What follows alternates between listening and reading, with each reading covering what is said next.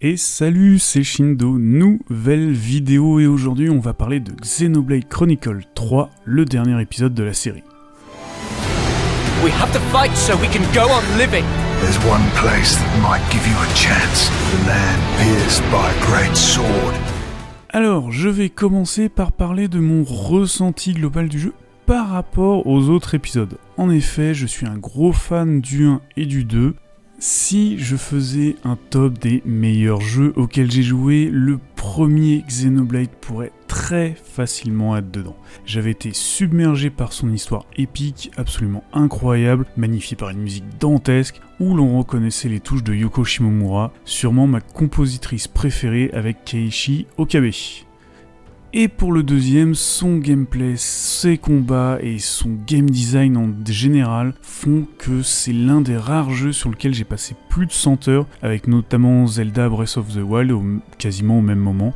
Donc forcément, l'attente a été assez grande pour ce troisième opus, peut-être un peu trop grande. Alors déjà, Xeno 3 est plus simple que ses prédécesseurs. Je trouve que c'est une très bonne chose pour la partie optimisation des objets, compétences, surtout l'alchimie des gemmes qui, je me souviens, était ultra complexe dans le premier. Par contre, du coup, les combats se font vraiment en mode automatique. Globalement, vous avez juste à appuyer sur les boutons au moment où ça s'allume et vous déplacez devant, derrière ou à côté de l'ennemi. Et c'est globalement un peu tout ce que vous avez à faire. La mécanique de déséquilibre chute est toujours là, mais aucun boss ne vous obligera à l'effectuer. Les transformations ainsi que la mécanique d'enchaînement sont très sympas, il n'y a pas de souci là-dessus, mais elles sont surtout là pour raccourcir les combats. En fait, la seule chose où vous devez vraiment faire attention, c'est la régénération de vos points de vie. Mais dans le pire des cas, si vous luttez contre un boss, il suffit de faire quelques quêtes secondaires pour monter d'un ou deux niveaux, et ça passe. D'autant plus que les healers peuvent ressusciter à l'infini vos personnages tombés en combat.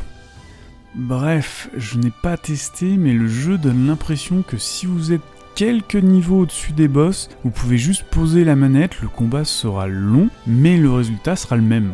Maintenant, j'avoue que simplifier et rendre plus lisibles les combats est sûrement une bonne chose pour beaucoup de joueurs qui avaient eu du mal sur le premier et le deuxième. Ah, et aussi, tant que j'y suis, je n'ai jamais aimé le système de job dans les JRPG et qu'on retrouve ici, mais voilà, c'est totalement subjectif. L'autre vrai point négatif pour moi de Xenoblade 3, ce sont les quêtes secondaires, du moins au début. En effet, quand vous débutez votre aventure, vous allez pouvoir libérer différentes colonies avec chacune une petite histoire. Et clairement, pour les premières colonies, ces quêtes ne sont vraiment pas palpitantes.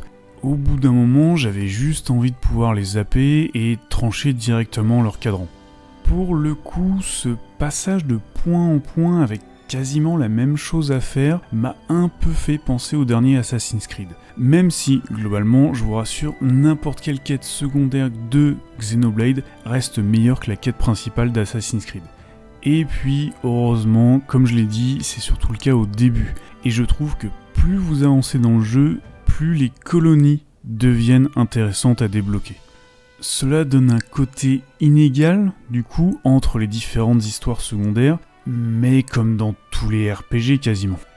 Donc, si je compare Xenoblade Chronicles 3 à ses prédécesseurs, effectivement je suis un peu déçu. Mais voilà, c'est pas parce que je me focus dessus, si j'essaye d'être objectif, ça reste quand même un excellent RPG. Je parlais des quêtes secondaires, mais l'histoire principale reste extraordinaire, avec des moments vraiment mémorables. Moins épique que ce que je pourrais espérer, mais ça reste une très belle aventure qui démarre fort et qui finit de façon encore plus incroyable. Et surtout, cet opus passe beaucoup plus de temps à développer ses personnages, à nous montrer leur évolution au fur et à mesure qu'ils découvrent un monde plein de possibilités. Chaque personnage aura son ou ses moments de gloire et on prend beaucoup de plaisir à les suivre.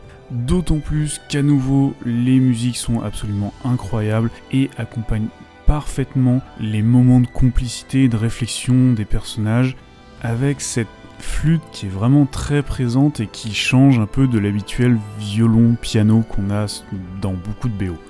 Bon, et si on ajoute à tout cela le contenu gargantuesque, les grandes zones à explorer qui sont toujours présentes dans la série, oui, Xenoblade Chronicles 3 est un excellent jeu, peut-être un peu inégal sur certains points, mais un JRPG à avoir absolument si vous avez une Switch. Je vous dis à la prochaine, ciao.